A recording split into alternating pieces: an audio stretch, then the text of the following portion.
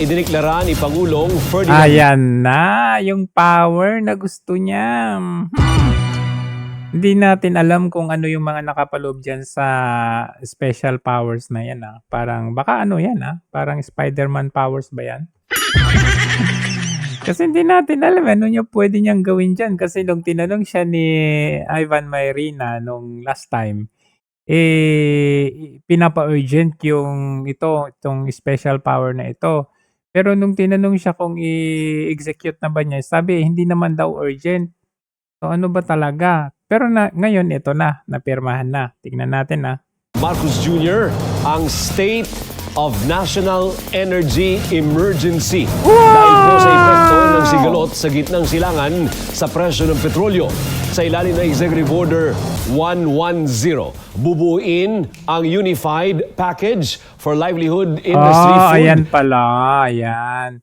National Emergency State, National Energy Emergency is hereby declared in light of ongoing conflict, blah blah blah, Unified Package for Livelihood Industry Food to safeguard. Hindi naman siya detalyado anong gagawin niya dito. And transport o uplift para tugunan ang issue ng supply ng enerhiya at suportahan ang mga consumer at apektadong sektor. Magkakaroon din ng Uplift Committee kung saan kabilang ang mga kalihim ng Department of Energy. Ayan yung DOE na absent kanina kaya galit na galit si Senator Loren Legarda. Buti dumating dahil pinagalitan. Tapos DOT, DSWD, DA, DOF, planning, ayan. Dapat nandyan yan sila. Energy, Department of Transportation, Department of Social Welfare and Development, Department of Agriculture, Department of Finance, Department of Economy, Planning and Development, Department of Budget and Management, at Executive Secretary. Sila ang titiyak na may sapat na supply ng petrolyo, pagkain, gamot, agricultural products at iba pang pangunahing bilihin. Ipagpapatuloy din nila ang operasyon ng mga pampublikong transportasyon at iba pang serbisyo publiko at pananatilihing stable ang ekonomiya ng bansa. Parang ang dali-dali Formulate longer-term demand-side solution and strategies.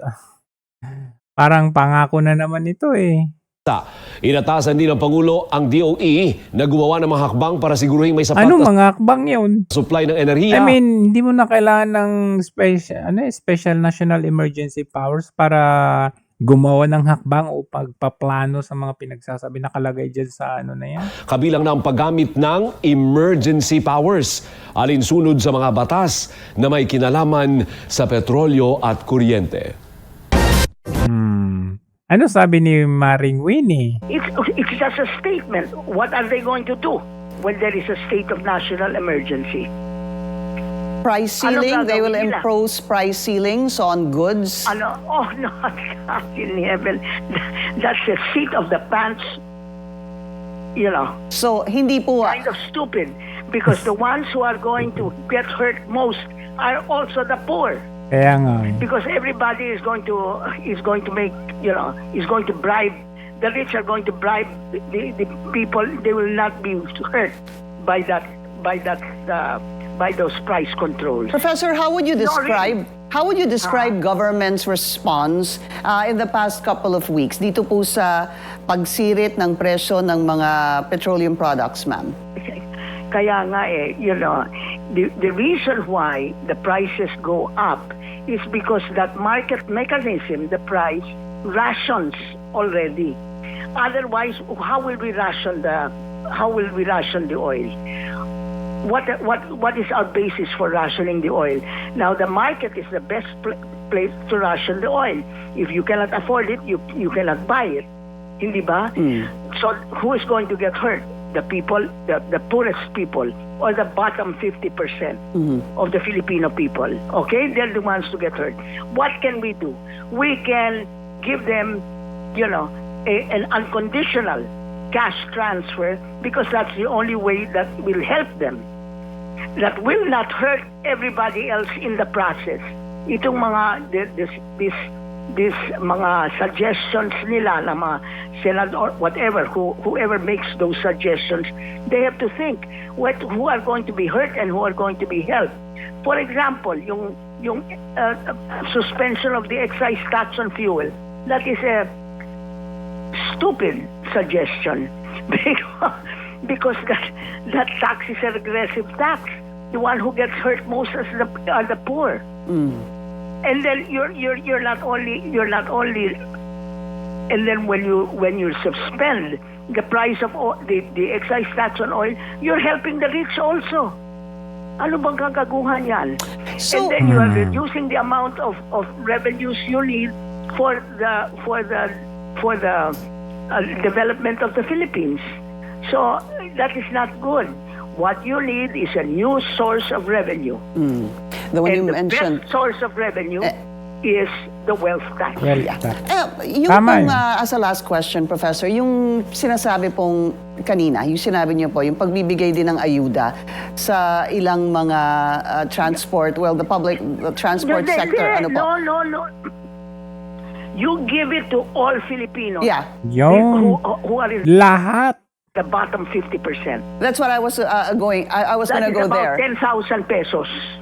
I was gonna go there kasi ang binibigay po sa mga jeep, TNVS, delivery drivers, etc. And there was actually one senator. Yeah, and then they're going to raise the price anyway on these products. So halos They will wala not- din There po. will be no economizing on their part. You know, you have to let the market work, and you have to, and your help must be in the form of a crisis, like a crisis help. All right. If the price of oil goes up, so the price of oil goes up, so the price of transport goes up. Hindi Right. ba? And how will you help the people? You help the people by giving them money and unconditional cash transfer that will not impose on the tax revenues of the government, on what they need for expenditures on very important projects. What they need is a new source Yeah. of revenue, Pinky. Yeah, the one you mentioned a while ago. And the wealth tax, to me, is the best tax to All right. There was just one statement made by Senator Lauren Legarda earlier. She said the response of government or the executive has been slow, painfully slow. Do you agree, ma'am? They asked for, I would tend to agree. But on the other hand, the response naman of the legislature, let me say, has also been painfully slow. Why did they think of a new source of revenue? Why were they always thinking of cutting our Excise present tax, sources yeah. of revenue? Okay. Yes? All right. So they're both, in other words, Pinky, we have the uncomfortable or unpleasant. Parehas sila. Ang problema kasi dito sa ayu-ayuda na ito, merong kumbaga parang favoritism o kaya selective talaga. Kung ilan lang, ngayong araw yung mga drivers lang, tapos 40,000 lang, mga ganun. Kaya hindi rin siya pang nationwide na solusyon. In fact, tignan nyo, may isang nagrereklamo. Pumila, napaaga, pero napala niya. lang, sir. Sir, hindi ka nakakakuha ng ayuda. Ano bang sabi sa'yo? Hindi ako nakakuha ng ayuda. Masakit para sa akin kasi nawalan ako ng oras. Ang laki ng oras na nakakain sa akin. Imbis na bumiyahe ako. Para sa galon, kumita pa ako. Tapos nag-effort ako pumunta rito. Kay layo-layo ko pa. Tapos pagdating ko rito, wala yung pangalan ko. Tapos ang sabi nila sa akin, maglista daw ulit. At the second time, baka magkaroon ulit. Hindi pa sigurado yun.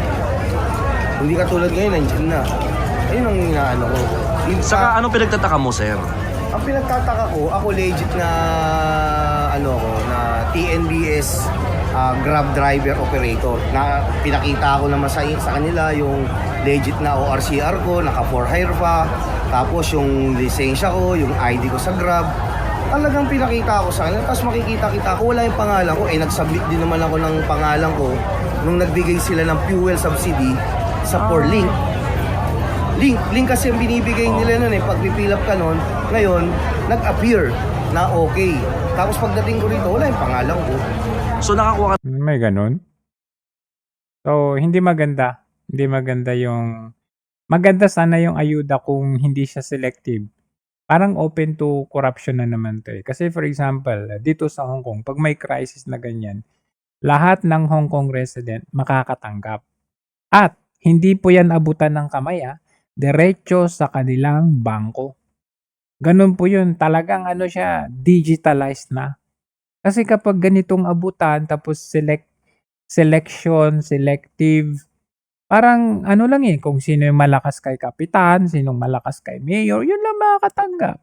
So it's not a nationwide scale na ito pampatulong ito sa middle ng crisis.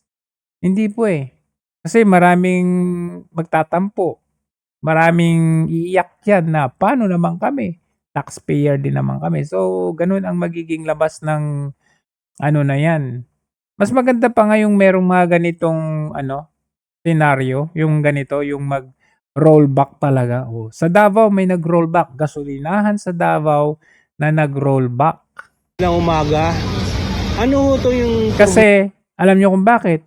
Lahat ng pupunta dyan sa gasolinahan, sino ka man, mayaman ka man, mahirap ka man, ibig sabihin, lahat po, unconditional, makaka-avail. Hindi yung pili-pili tapos programa nyo dito sino yung malakas. sa petrol gas po? Ang programa po ng Petrogas po, yung bayan po mahal po, Okay. mas mura po kami. Ang programa po ito is para po makatulong sa mamamayan po yung zero. Mahirap po ngayon, resist po tayo dahil sa pagtaas ng diesel po at saka gasolina. So, kailan ho kayo Petrogas. Petrogas. Good job, Petrogas. nag-start po itong programa nyo? Kahapon po, Okay. Ilan ho yung ni-roll bank nyo po? sa diesel po, 7 pesos po. Okay. Saka sa diesel, ay sa gasolina po is 5 pesos po. So, ano po to until maubos ang stock? Baka sabi mo. Until supply last po. Until supply last po. After Wow. that po, Hindi ko po alam. Sige, increase na po pa.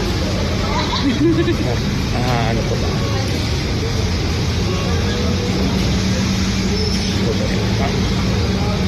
Ilan ho yung ni-roll bank nyo, ma'am? 5 pesos po.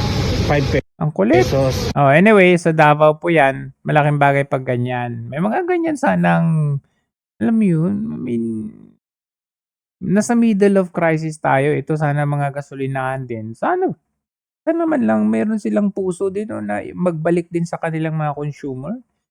Na biruin ninyo, ito, big loss ito sa kumpanyang ito. Pero sige pa rin. Senate hearing dito sa Department of Energy na absent itong si Garin noong una. Pero dahil nagalit si Senator Loren Legarda, abay dumating din. Parang hanggang ngayon, nagdedebate pa tayo kung nasa crisis tayo o hindi tayo sa crisis. Para sa amin, dito sa Senado, nasa crisis na tayo. At kung kahit natitignan natin, meron tayong stock of 53 days sa gasoline at 46 days sa diesel, ang problema, hindi natin alam kung meron pa tayong dadating na stock after those days. Yun. And that alone, for me, is a crisis. Kung uncertain ang supply, kahit na meron tayong stock on land, pero hindi natin alam kung may dadating, para sa akin, crisis na yon. No? So, Anong crisis? Chill nga daw ang importante ngayon ay marinig namin sa inyong lahat yung inyong mga contingency plans and help us craft a national contingency plan. Yun ang kailangan namin dahil at the end of the day, sabi nga ni Senator Risa, kung kakailanganin ng supplemental budget, manggagaling rin yan sa Kongreso. Manggagaling rin dito yan. At kailangan namin malaman kung ano bang pupuntahan nung supplemental budget or additional budget. No, because we cannot just approve a supplemental budget or any other allocation of resources kung hindi namin alam kung ano yung contingency plans. No, that's why actually the committee took the initiative. Ang problema dyan sa bagong national emergency or national emergency powers na yan, baka napapaloob diyan na ang presidente pwedeng mag-allocate na hindi kailangang dumaan sa Kongreso. Gano'n yung pagkaintindi ko diyan, eh. So, subject to corruption na naman 'to. Kasi ano, may reputasyon na ito sa pangungurap o pangangamkam ng biruin mo hindi na nahiya pati yung PhilHealth kinuha. Ito pa kaya in the middle of crisis? Maaaring sabihin na natin, okay, namimigay ng ayuda. O, what if ang binadgetan ng 1 billion o 2 billion o 2.5 billion? O, tapos yung ipamimigay lang yung 1.5 billion. Tapos kukunin yung 1 billion paghati-hatian nila. That's ano na naman 'to, eh. Medyo tagilid na naman ang budget natin dito sa emergency powers na ito. To give you 5 scenarios para mabuo yun. Dahil nakita namin iba-ibang agency, iba-iba yung scenarios. So but we need a cohesive, unified, coordinated national contingency plan. Bakit kaya iba-ibang senaryo? Ano yan? Hindi sila magkasundo?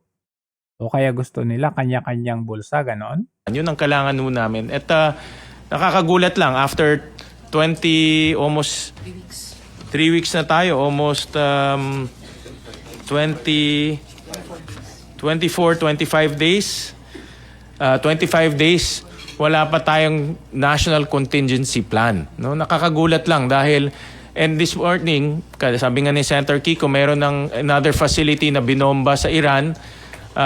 It seems to me that every hour, every minute, nagpapalit yung situation in the Middle East.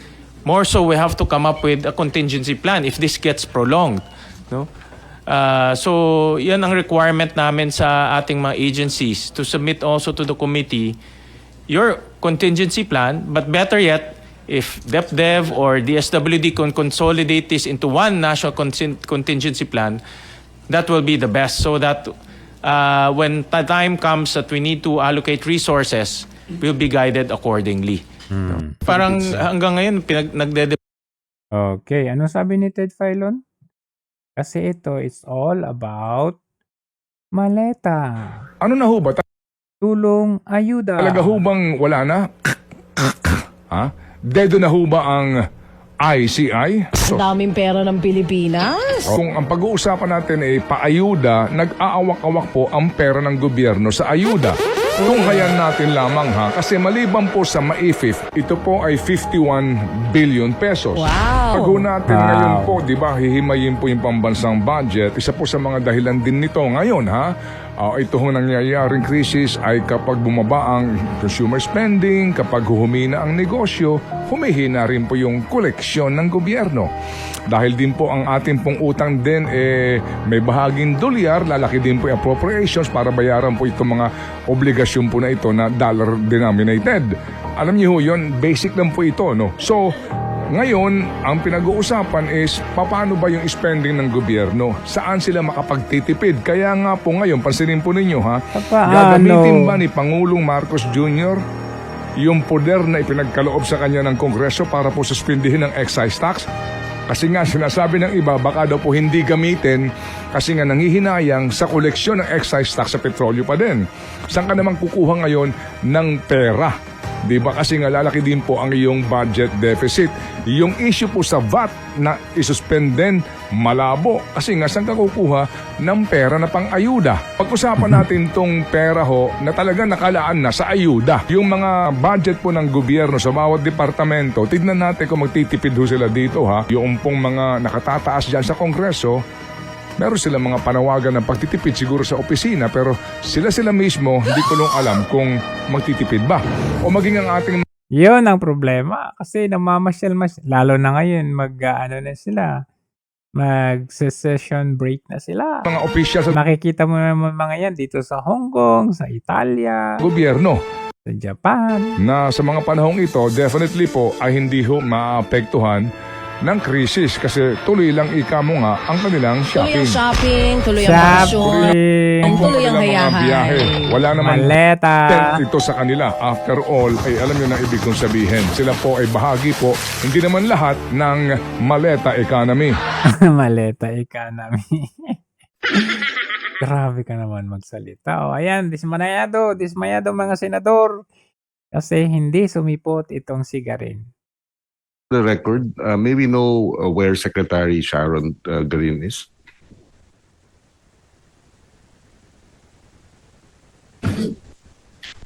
Sa Malacanang. Alam ko, papuntang Malacanang.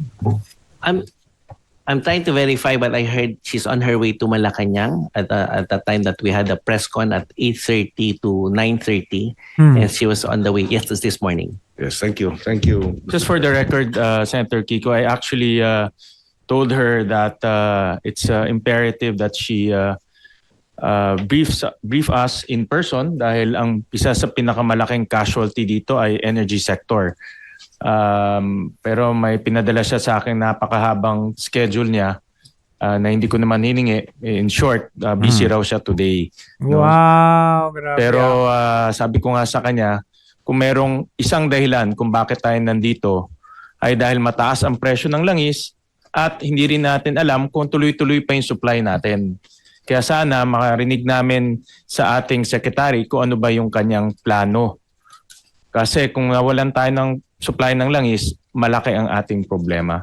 Nevertheless, pinadala niyo yung kanyang mga undersecretary and I hope that the undersecretaries can commit a contingency plan, hindi lang motherhood. Kabaliktaran naman kay VP, ano? Hindi niya pinadala yung kanyang undersecretaries, siya ang pumunta. Statement katulad ng sinabi ni Senator Lauren. So go ahead, Yusek Saleh. Mr. Chair, I join you and Senator Kiko and the rest in asking that no less than the cabinet level should be here. Kung nandito ang SFA, bakit hindi yung iba? You're too busy? Is this not the most important thing? Admit there's a crisis. You must have a crisis action plan. And not that we don't appreciate the presence of a dear friend, Yusek Wimpy Fentabella, of course, who's very competent, who's been with the DOE for quite a while. But to give it the importance, if Sec Rex and Sec T. Laurel could be here, why should the DOE secretary be exempted from this? When DBM is here, pag kayo and NEDA, pag kayo ay humihingi ng mga budget ninyo, maski overnight, nandyan kayo. Pero pag crisis action plan, marami kayong dahilan. The Senate will not allow that. Unless you are not admitting that we are in a crisis situation. Then you're lost in translation o nahihibang. Because everyone must act as if we were an ICU situation. That's how it should be. Not to enrage the people and not to let the people panic. But on the contrary, if they see the government on the ground and having more than what the chair mentioned, so-called motherhood statements, not just curated PowerPoints. We want to see your action plan. How many people, families will be positively affected, if any? And what are the monies, the funds needed for continuing appropriations? And what are the line items in GAA 2026 na pwedeng ikalap maging savings para ito ang gagamitin? Tapos sasagutin ng DOF at ng DBM saan manggagaling ito considering 2.5 months pa lang at aminadong wala pang pera ang gobyerno. Pinapaasa ang mga tao tapos walang ibibigay. Hindi pwede yon. Tapos wala pa ang ibang kabinete dito. Pag sa ibang bagay, mabilis pa sa alas 4. Pero sa krisis, wala. Wala. Absent. Ano ba kayo? Thank you, Mr. Chair. Thank you. Thank you. Go ahead, Yusek Sales. Thank you, Mr. Chair. So that's the outline for today. We'll cover the 6 areas hopefully very quickly. In the end, we will have a recommendation for specific legislative asks to So after nyan, dumating din si Garin. Yan. Nung dumating si Garin, ayan, tuloy. Harap-harapan kang nabanatan. Liwanag po para maintindihin, 10 billion pesos instead of 24 billion because the DOE failed to build the buffer stock. The government needs an additional 14 billion on our oil stocks because we seemingly, correct me if I'm wrong, did not plan ahead. Other ASEAN governments, namely Vietnam, Thailand, Malaysia, it's a standard practice for them to stockpile oil even at a time when we are not in crisis, but the DOE did not and only started stockpiling oil when we are already in a crisis, unlike our ASEAN neighbors. So may I hear from the DOE or in a crisis? Why did the DOE fail in that respect? Or at least that is in my perspective. Mr. Chair. Mukhang stress na stress ah. Go ahead, Secretary. Mr. Chair, due to the oil deregulation law, the stockpiling is now passed on to our private companies. That's how it has been practiced. Ganon? Dahil sila na yung nagdinegosyo sa langis, doon din sila, DOE requires them a certain minimum level of stocks. DOE by itself does not have the funding for this because we only have 2.5 billion per year as budget. It is actually now very expensive for if we... Mas malaki pa nga yung budget ninyo kasi sa budget ng OVP. 2.5. Tapos si VP, 700 million. Do a stockpiling of... Pero nagfa-function naman. Tapos kayo, irarason nyo yung 1 million barrels could enough for 5 days. It's about 12 billion. We have the facility given by DBM for 20 billion. We are envisioning na hindi naman kailangan 24 kasi pagdating niyan, kung meron tayong oil companies na may kulang na, then we can have them access the stocks para paikot-ikot lang siya. And this is in addition to hopefully that the oil companies are able to stock also their purchases. So ginagawa rin na nila yan. They're doing purchases and we have checked with them. They have confirmed incoming deliveries this week and next week, and they're working on their deliveries for April, Mr. Chair.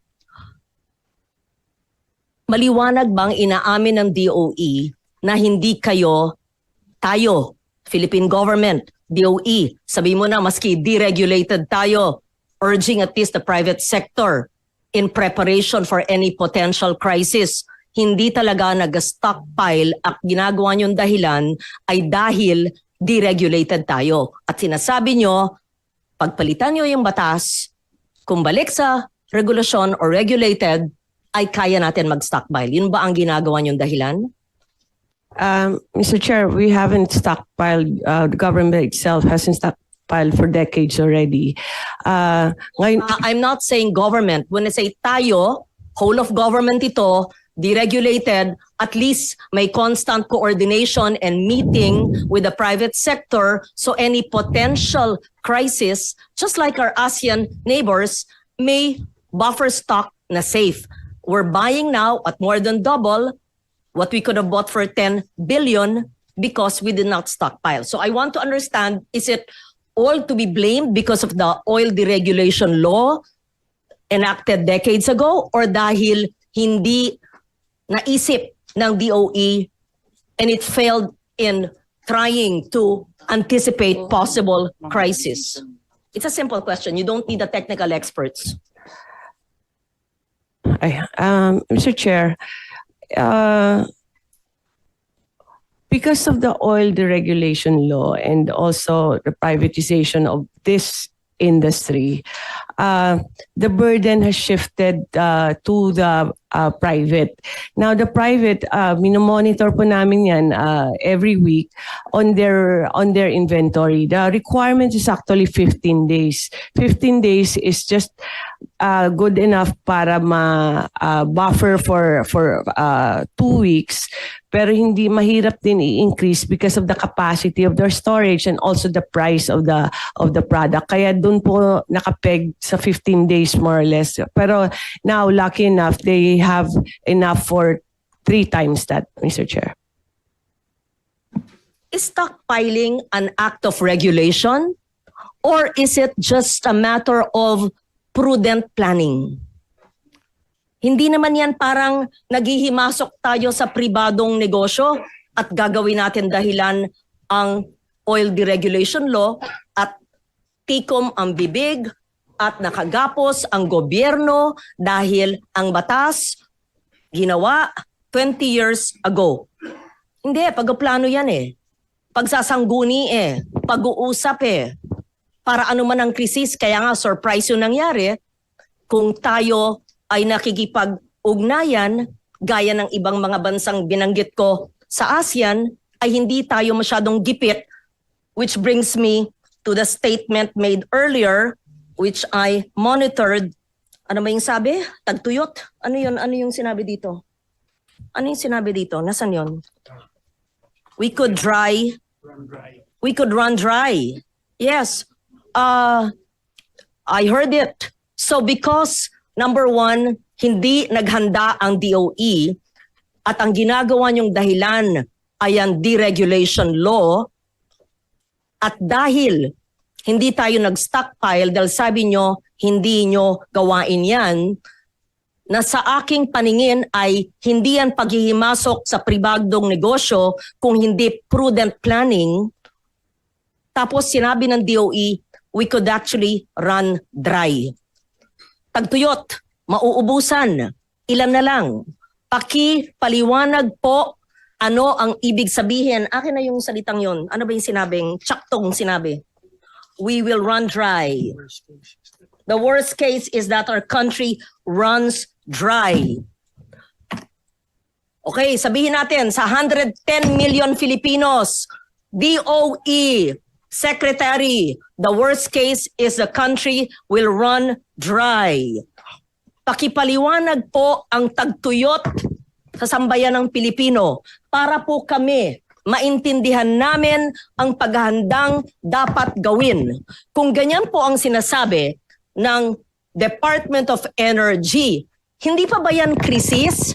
Ayaw pa ba talagang yugyugin ang mga utak ng mga tao sa gobyerno para tanggapin na tayo'y nasa isang krisis? At sinasabi na that we will run dry. Pakipaliwanag po para maintindihan, mapondohan, nandiyan ang chair ng finance, para ang ibang ahensya ng gobyerno ay maghanda pa at masyado pang gipitin ang belt tightening sa paghahanda. We want to understand. Thank you, Mr. Chair. Mr. Chair, the running dry means we run out of fuel and of gasoline and Yes, diesel. obviously. Yes. Teka po. English po yung sinabi nyo.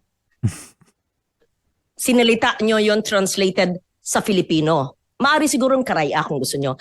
Ibig ko sabihin paliwanag, hindi po translation.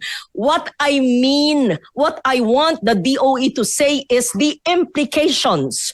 What does running dry mean in terms of the farmer and the fisher folk and the jeepney driver and all of those in the lower income and middle income, all of us? What are the implications insofar as agriculture, insofar as transport sector, nandiyan ang DOTR, insofar as what are your action plans?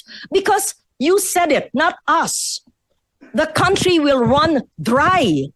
Kung tayo'y mauubusan na ng langis na nagpapatakbo ng ating ekonomiya, gusto namin marinig ni Chair kanina pang 9:00. Anong action plan na hindi motherhood statement? Thank you, Chair. Secretary Kiring. Mr. Chair, I can only speak for DOE that what the impact on the industries would be with the other agencies. And sa atin po, as our impact would be the fuel side on the gas stations, and which affects the transport, and then on the power side. The power side, we fortunately we are only using diesel at 3% in our energy mix. So ang most affected dyan would be Napocor, Mr. Chair, the islands. No? So that's why our chair, our president has been hard at work in coming up with alternatives in case different scenarios.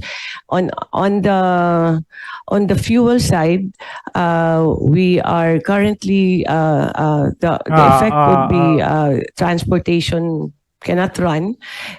We are doing different scenarios to do avoiding that, working with DFA, working with the different governments, different countries, different oil companies para siguraduhin po that our orders are consistent, Mr. Chair. Thank you for that statement, DOE. The worst case is that our country runs dry. Tagtuyot ang Pilipinas base sa fuel. The implications, according to the DOE, transport will not run. Kung yan po ang mangyayari, isa lang yan sa implikasyon. Ano po ang action plan na mararamdaman po ng taong bayan na pwede niyong ilahad sa komiteng ito pag mangyari yung worst case scenario that our country runs dry? Ang tubig din, kulang. World Water Day nung isang araw, isa pang issue yan, tubig naman. The water will run dry sa Pilipinas. The country will run dry, worst case scenario, ayon sa DOE, and the transport sector will not run. Having said that, may this representation, Mr. Chair, ask the DOE, ano po ang inyong mungkahi at action plan? Dapat, worst case scenario palagi ang ating mindset. Ganon kami sa national security sa military. Palaging war gaming, worst case scenario. If the transport sector is not secure and will not run because the country will run dry, ano ang action plan ng DOE maliban sa sinabi nyo kaninang carpooling, work from home, Zoom with mayors? Ano pa po? Zoom with mayors. Mr. Chair. Yan ba yung solusyon? On the inventory level, Mr. Chair, we're doing different scenarios in different contingency plans. Ano? Ang first off sa ngayon is we are talking to all the oil companies constantly and checking their inventory, making sure that meron tayong enough. Right now, even though we have enough for the next month, we are already working on the next batch. Kaya kinakausap na rin. Ramdam ko walang ginagawa tong secretary ng DOE.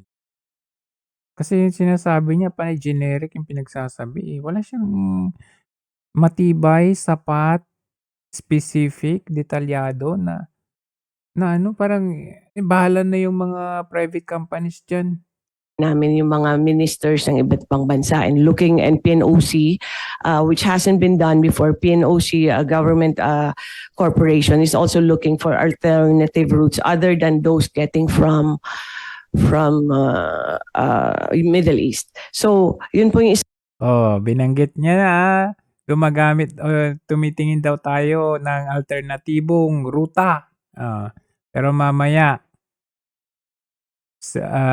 tatanungin din siya ni Senator Marcoleta with regard to this gagamit ng ibang ruta.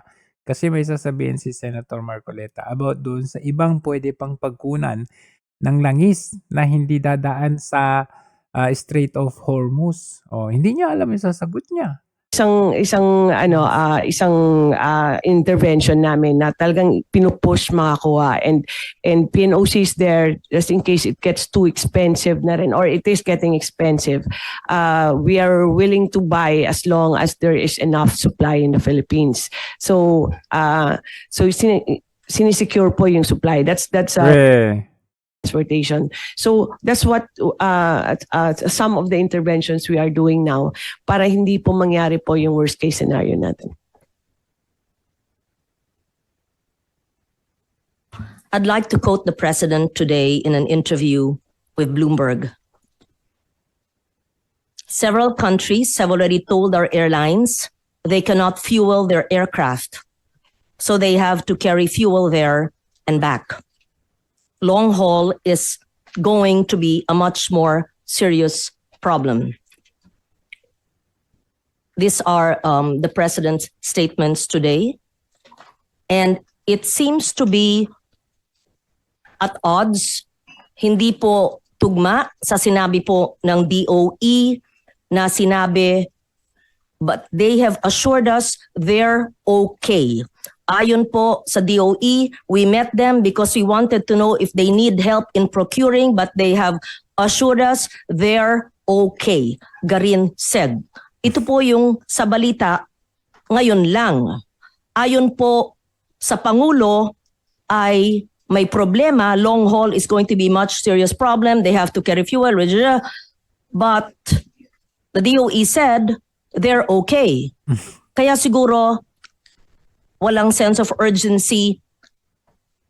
Apparently, ang iba sa gobyerno kasi we're okay. We're okay. May Chill, I just chill. be enlightened, please? Ano po ang tamang statement at tayo ba ay A-okay? O tayo ba ay posibleng mag-run dry? Ano ba ho talaga ang statement? Mr. Thank Chair. you, Mr. Chair. Our consultation is on their fuel, Mr. Chair. We have checked, we met last night at around 6 o'clock with Petron because they're the supplier, Cebu Pacific and PAL. They have a combination of suppliers, Petron, and also they import on their own. As of yesterday, their inventory is around 38 days. 38 days, and they have confirmed. We asked them if they want us to help them procure additional fuel for the next month, meaning on May. They have already secured confirmation of their next order. I think it was South Korea, no? And what we will do is just follow it up with a G2G dialogue also to make sure that it comes in. So they have Marinig mula sa executive. Mr. President, Mr. Chair, ang gusto ko sanang marinig mula sa executive, pag ang DOE ay nagsabi na the country will run dry at tinanong natin sa ating crisis committee ano ang implications nito at ano yung action plan, ang gusto kong marinig sana, impact if we run dry. Ano? Transport stops? Ano ngayon ang action plan? Oh, DOTR. specific kasi. Food supply is disrupted. Ang ngayon ng action plan, DA, DTI. Emergency services stalled. Ang ngayon ang gagawin ng DOH at iba't ibang ahensya ng gobyerno. Prices spike as they are doing now. Ano ngayon ang ginagawa nyo, DA at DTI? Agriculture gets hit. It's already hit. And farmers and fisher folks, despite being half of our population, only tama ba yun? 44,000 lang mabibigyan ng ayuda. Ano ba yun? 44,000. GDP declines, anong gagawin? DepDev, DOF, etc. Ano ang gagawin natin? Health risks, wala ba ang DOH dito? Ganun sana ang ating gustong marinig mula sa gobyerno, sa executive, sa pagpulong na ito. Mula tayo ng alas 9, hindi masyadong mga motherhood statement. But having said that, I don't think they're prepared for that. Perhaps in the second hearing, they could be more prepared and not come late.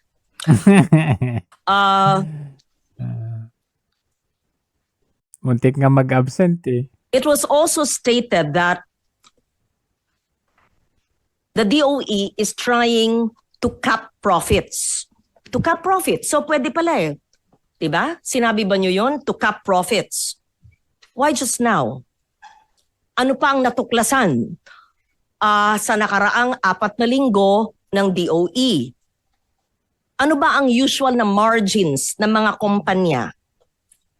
At paano magkaka-adjust? Assuming you have the answer to that, kung di sila handa, Mr. Chair, ay maari nilang ibigay sa atin sa pangalawang hearing or after today kasi gusto natin aralin yung statement na they are looking to cut profits.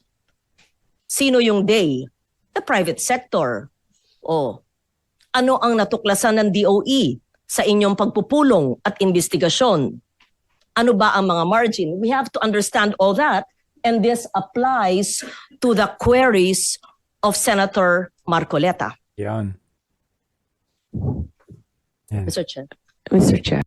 Si Senator Marcoleta naman, no, tignan natin. Gisa pa more. Salamat. Mr. Chair, the increase Average po. From 55 pesos pre-crisis level. Ibig sabihin tumaas po ng 120%. Bakit po kaya?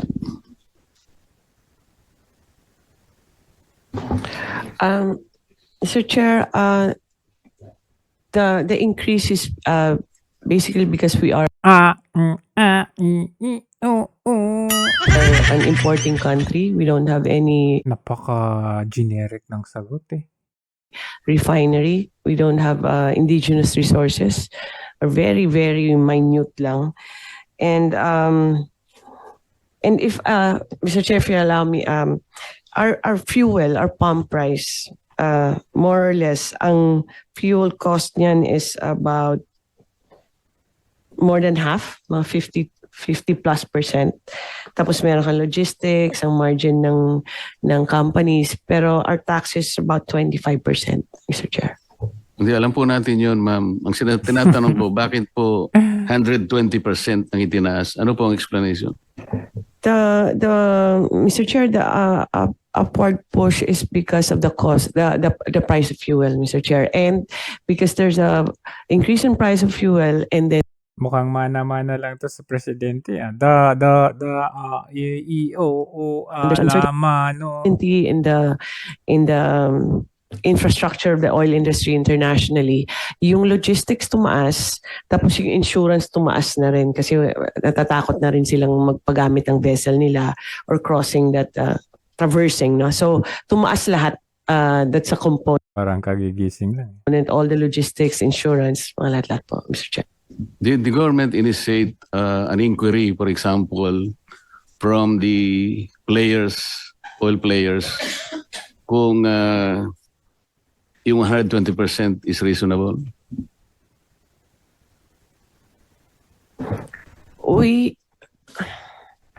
Mr. Chair, Hirap na yan. we have talked to the oil companies and we constantly monitor their prices and also the international prices, and also Nakiusap daw sa mga oil companies. Totoo ba yan? all the trend on the logistics and insurance tumataas talaga, and it within range naman yung increase ng pump prices natin, Mr. Chair. Mr. Chair, ang ibig ko sabihin, nung sinabi po nila na talagang ganito ang itataas, 120%, did we take their statement as gospel truth right away?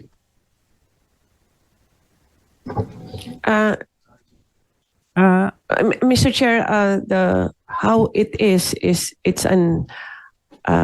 it's a deregulated industry. So ang monitoring ng DOE lang yung ginagawa niya on checking what their prices as. Yes, sir. It is within the range na kinakalculate din ng DOE, Mr. Chair.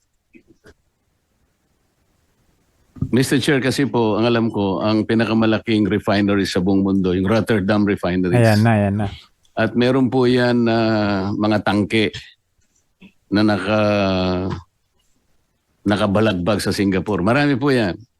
Pati Petronas po, the second largest in the world, may mga tangke po siya sa Singapore. Nag-check po kasi ako, Mr. Chair. Halimbawa po, yung sa Rotterdam Refinery, kung halimbawa FOB price po, $570 per metric ton. Ang isang metric ton po is 1,180 liters. So kinuwento ko po yon, kasama na po yung itinatawag silang MAPS, yung Means of Plots Singapore, which is $1.71. Yung 15 po, ito yung transport, ano? I mean, eto lang just a realization dito. Senador did his own research. DOA Secretary, walang kaalam-alam. Hindi niya alam yung mga pinagsasabi ni Senator Marcoleta. I mean, you would imagine na hindi na ito trabaho ng senador eh. Trabaho na ito ng DOE to know where can we get other sources, other supplies. You would imagine, paano pag hindi ito na-erase, hindi ito naipalabas, or hindi ito pinag-usapan, or hindi ito ni-research or inalam ng isang senador? Then, the DOA would not have any idea about what to do. And, pag hindi niya alam ang ginagawa niya, sino apektado? Hindi tayo. Tayong mga Pilipino. Sinasahuran natin yung mga yan. May budget yung mga yan, taon-taon. Tax ng taong bayan. Tapos hindi nila alam ang pinaggagawa nila. Hindi nila alam kung anong gagawin nila. Hindi nila alam kung anong mga detalyado ng mga ito. In short, hindi talaga sila nagtatrabaho. I-multiply natin ng 60 pesos. Ito po yung peso to $1 at dinivide ko ng 1,180 para po makuha natin yung landed cost. Alam po niyo, it's only $29 at 29 pesos 83 centavos. Kapag sinama po natin, kahit hindi natin alisin ang excise, VAT, may importation, distribution, storage, broker fees, SGS survey, 2% CME, ito po yung coconut methyl, at saka VAT differential, which is actually 15 pesos and 51 cents. 45 pesos lang po yun eh. So, ang sinasabi ko po, Mr. Chair, bakit hindi po tayo, kasi po narinig ko, sinasabi nyo kanina, nakipag-usap kayo sa South Korea, nakipag-usap kayo sa China, nakipag-usap kayo sa Japan. Ayan, binanggit niya kasi yan kay Senator Legarda. Ayan tuloy, siningil ka ni Senator Marcoleta. Bakit hindi po ang gawin ng PNOC, direkta po tayong pumunta, magitan ng vessel natin, magpakarga tayo sa Singapore. O hindi po dadaan yun ng Strait of Hormuz. Yun. Mr. Chair, yun po yung ginagawa ng PNOC. We are actually directly contacting possible suppliers in the US, South America, and North America. Lahat po, in-explore naman yan eh. Tapos, anong petsa na ngayon? Di sana walang effect. Hindi ganito yung magnitude ng effect ng langis sa atin kung nag-i-explore kayo. But third week na tayo ng ano. On average talaga na ang gusto namin mag-diversify para hindi lang galing dito sa Middle East yung source natin, ano. Pero ang isang issue din na why there's a limitation on the US source or on the other side, medyo 30-45 days kasi yung delivery. So may mga logistical but based on what are the offers to us, kasi if farm out yun yung offer ng PNOC, ang mga presyo, Mr. Chair, abot ng mga $200 per barrel eh. Madabag sinasabi ko po ay yung mga tangke na nandun sa Singapore. Dalawang malalaking refinery sa mundo, Rotterdam Refinery at saka yung Petronas ng Malaysia. Pareho po silang may tangke.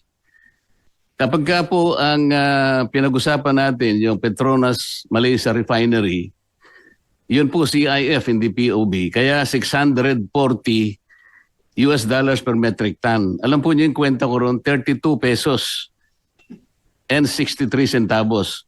Isama natin po yung additional cost. Huwag na po natin ialisin ang excise, VAT, and so on and so forth. 15.51, ang magiging presyo, mahal lang ng konti, 48 pesos per liter.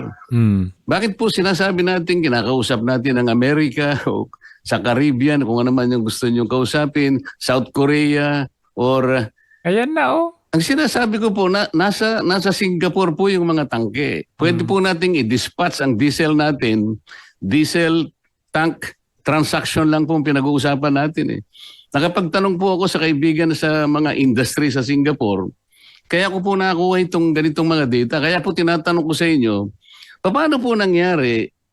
Ang sabi ng Pangulo 2 weeks ago, meron po tayong about 50 to 60 days. 2 weeks lang po nangyari. Meron po tayong stock. Bakit sumipa po ng 120%? Yun po yung tinatanong ko. Nag-react po lahat ang ating mga sektor, agriculture, transport, lahat na po. Kaya nga po yung 230 billion na sinasabi ng ng DBM, na gano'n na eh. Ang tinatanong ko lang po, bakit po tayo napunta sa 120% kagad? Bakit naging 110, 120 pesos ang average po ng liter ng diesel? At yung po namang gasolina, 62%. Bakit hindi po natin tinanong man lang, bakit po nagkaganon? Akala ko po ba tinitingnan natin? Ano po ba yung explanation dito? Mr. Chair, ang presyo talaga ng international nag-increase eh. And we will check the pesos na mini-mention ni Senator Marcoleta. But based on sa mga information na nakuha, It doesn't look like nasa crisis tayo. Parang chill nga talaga sila. Namin sa mga nag-o-offer sa PNOC and also from our oil companies, may malaking Pero parang kagigising lang eh. increase talaga both on diesel and gasoline at 101%. Tama ba to? Hindi ka pa sure. I mean, hindi niya alam. No idea at all. Being the Secretary of DOE. Ang increase niya My God. for the past 3 weeks, 101% and 182% for diesel. But we'll check for the other sources, Mr. Chair, kung baka iba yung arrangements nila, Mr. Chair. Sir, hindi ko po alam kung saan nila kinukuha yung gasolina. Baka pinag-uusapan po natin, ang gagaling ba lahat sa Persian Gulf? Hindi po yun ang usapan eh. Kahit na isara po yung Strait of Hormuz, ang pinag-uusapan is Persian Gulf. Sabi nga nila 20% ang apektado. Paano po yung Suez Canal? Bukas naman po yun. Pero wag na po natin pag-usapan yun. Ang sinasabi ko po ay yung mga tangke na nakapondo sa Singapore. Napakarami po niyan. Petronas Refinery at saka yung pong Rotterdam Refinery. Bakit wala mo pong makapag-explika sa DOE? Bakit hindi po tayo doon dumiretso? Mr. Chair, ang Singapore kasi trading yan eh. And then those mga nakalutang lang ng mga barko dyan, yun po yung mga binibenta ng mga traders tsaka yung mga refineries po. So ganun po yung presyo pa rin na offer po sa amin ng mga traders. We've talked to several already international traders na dumadaan ng Singapore. And same pa rin yung presyo na binibigay sa amin. But we'll recheck, Mr. Chair. I am sorry, Mr. Chair, pero yung mga data nasa akin po eh. Kasi check ko lang po kagabi. Sa totoo lang. Kagabi po ay 495 pa nga po eh. Per metric ton. Idagdag po natin ang shipping na $15. At saka yung 1.71. Ito nga po yung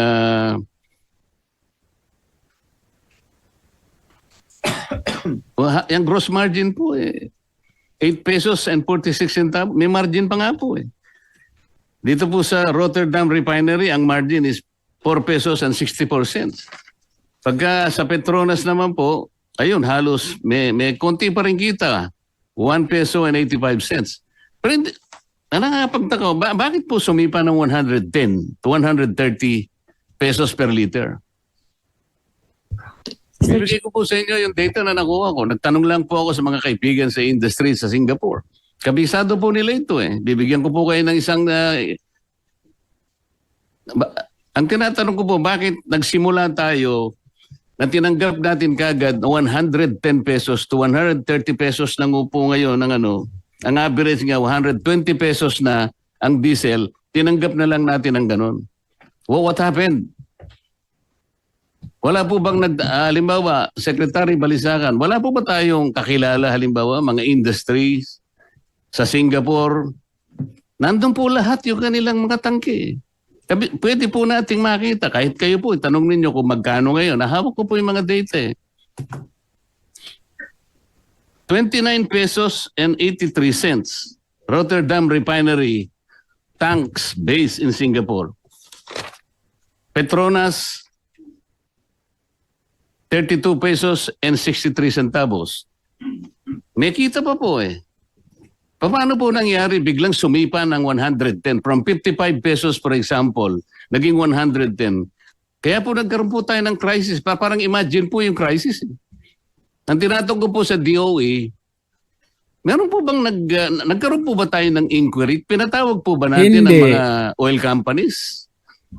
Hindi nga. Sabi lang yan nila na nakipag-meeting, nakipagpulong pero wala nga siyang ka-idea sa sinasabi mo eh. Yes, Mr. Chair. Mr. Chair, we've been meeting with the oil company several times. Ang presyo, sinusundan yung maps, and then ang the rest, Mr. Chair, umi-increase yung logistics tsaka yung insurance, pero yung premium po, Mr. Chair, for you to be able to purchase a supply, dati po mga $5 to $10 lang yan, ngayon po mga $60 na. So umaakyat talaga lahat, Mr. Chair. Ang sinasabi po ninyo, Madam Secretary, Mr. Chair, ay yung pong panganib na dadaan po kayo sa Strait of Hormuz. Ang pupuntahan po natin Singapore, ang layo naman po sa Strait of Hormuz noon eh. Nagkakaintindihan po ba tayo? Hindi kanya nagigets talaga. Yes, Mr. Chair. No, nagigising lang yan eh. No, it's not a Strait of Hormuz na we are just getting products also from Singapore and all Southeast Asian countries, Mr. Chair.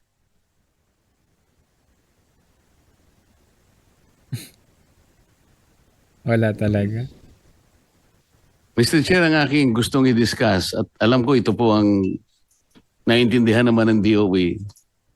Ito po dahil sa sinasabi natin may crisis na, tank to vessel procedure na po ang pinag-uusapan natin.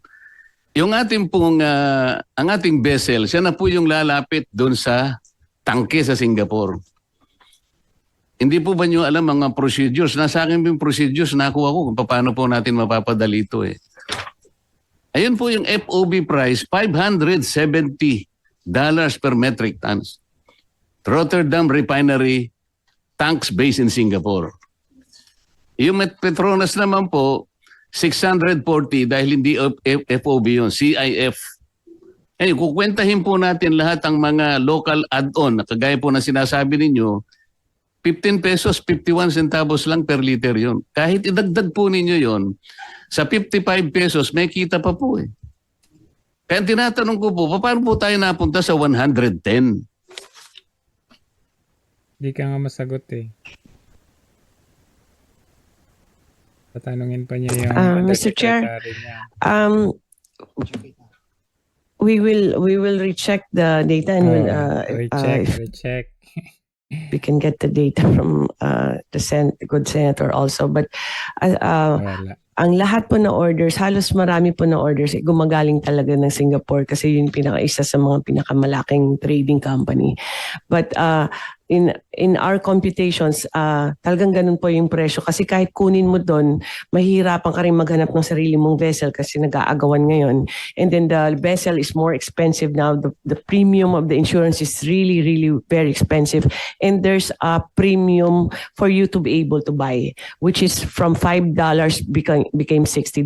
So lahat po na component nandiyan yan. Hindi po ganun kadali na papadala lang ng vessel because we don't have any vessels actually to send to them because it's very difficult now. Pero Mr. Chair, I'll direct our team that are doing the purchasing and check the Rotterdam supply in Singapore, Mr. Chair. Sir Chair, sino po ba nagsabing napakahirap pumanap ng vessel? Sino po nagsabi sa inyo? Sino nag-advise sa inyo?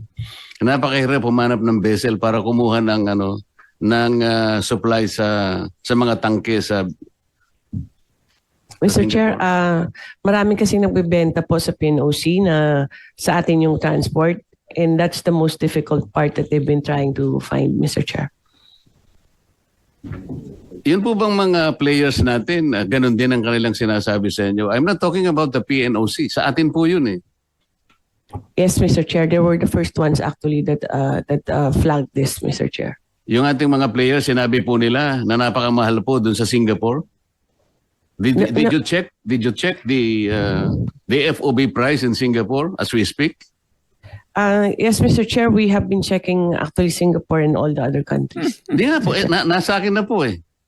Diba, sinungaling, na-check daw nila yung Singapore pero hindi niya alam yung details. FOB and CIF, both Petronas Naunahan pa ni Senator Marcoleta. and Rotterdam refineries. Yes, Mr. Chair, we have checked also on that, Mr. Chair. So pareho po tayo ng presyo. No, Hindi. Mr. Chair. At tingnan mo yung tawa niya, tawang guilty yan eh. No. Saan po nyo kinukuha yung presyo? Oo. Bistado eh. This secretary is not working. Hindi to nagtatrabaho. Kawawa tayo dito. I mean, saan pinagkukuha ni Marcos Jr. itong mga... Kawawa tayo dito eh. Tax natin to. Ito, Tingnan nyo. No, Mr. Chair. saan po Is this the time para magtawanan? This is not a joke. Hindi. Well, we are in the middle of crisis. Tapos tatawa-tawanan mo lang yung mga ganitong details, mga ganitong sitwasyon. nyo kinukuha yung presyo ninyo? Ito nga yung sinasabi ko, dapat po nagkaroon ng inquiry man lang.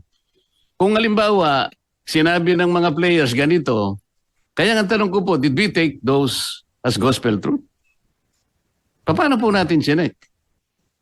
Mr. Chair, this is based on also on the maps as we have prescribed how the computations will be, and also, Mr. Chair, on the experience of PNOC in Secretary, ang maps po is only $1.71. Sinasabi ko na po ito eh. Kanina po yung presentation kanina, yung Dubai Plots. Hindi po relevant yun because we are not getting something sa Dubai. Ang sinasabi ko, Singapore lang.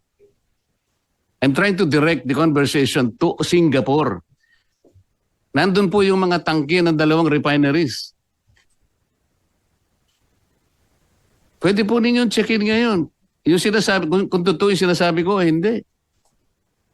Anyway, Mr. Chair, I don't want to belabor this. Alam ko, makukuha nyo naman. Mamaya, bibigay ko po yung data ko sa inyo para lang matapos tayo. Gusto ko lang po magtanong kay Secretary Kakdak. So,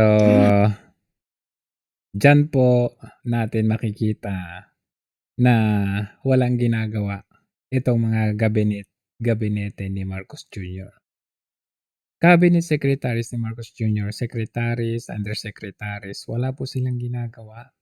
In the middle of crisis, buti pa nga nung panahon ni PRD, in the middle of pandemic COVID-19, everybody was working. Kumbaga, ngayon kasi ganito eh.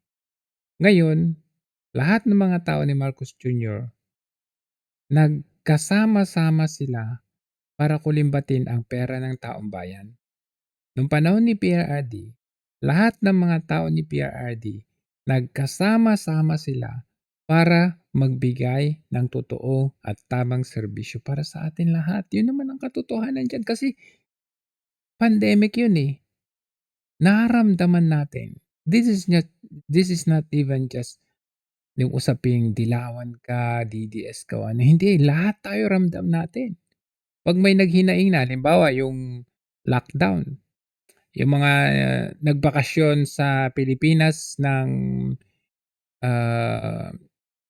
umalis ng Pilipinas, ay umalis ng Hong Kong for example ng December 2019, tapos nag-lockdown ng February to March 2020, yun na yung lockdown na eh. Kailangan bumalik yung mga kababayan nating OFWs from Pinas to Hong Kong kasi magtatrabaho sila uli. Pero dahil may lockdown, hindi makaalis. Nanawagan ng mga OFWs na payagan kahit yung mga OFWs, kahit wag na yung mga turista. So, nakinig si PRRD. Otherwise, mawawalan ng trabaho yung mga OFWs na stranded sa Pilipinas during that time kasi lockdown na nga eh. So just a mere example of working government. Kumbaga, mismo tayo ang magkukwento na, danas ko yan eh. Danas ko na merong gobyerno. Pero ngayon, kita nyo, hanggang sa kwento lang sila. Sasabihin magbibigay sila ng ayuda, subsidy, pero piling-pili lang. So masasabi ba ng buong Pilipinas na, okay to, si Marcos nagbibigay ng ayuda? Hindi, kasi selected lang. Sasabihin ni Garin, nakipag-ugnayan naman kami sa mga oil companies. Pero hindi yung totoo. Na chine-check namin at na-check naman namin sa Singapore. Nung tanungin ni Marcoleta, parehas ba tayo ng presyo? Hindi. Kasi hindi talaga totoong nag-check or hindi nakipagpulong, hindi nagtrabaho itong mga tao ni Marcos Jr. And that's very pathetic sa ating mga Pilipino kasi nagbabayad po tayo ng buwis. Pinapasahuran po natin sila. Taon-taon may budget po sila. But they are not functioning. They are not doing their job according to yung sahod nila binabayaran natin. Tapos magbibigay si Marcos Jr. Ano sasabihin natin? Salamat po Mr. President dahil sa inyong binigay na ayuda. Ano ang binigay niya ayuda? Pera natin yon. Kawawa talaga tayo sa administrasyong ito, sa totoo lang.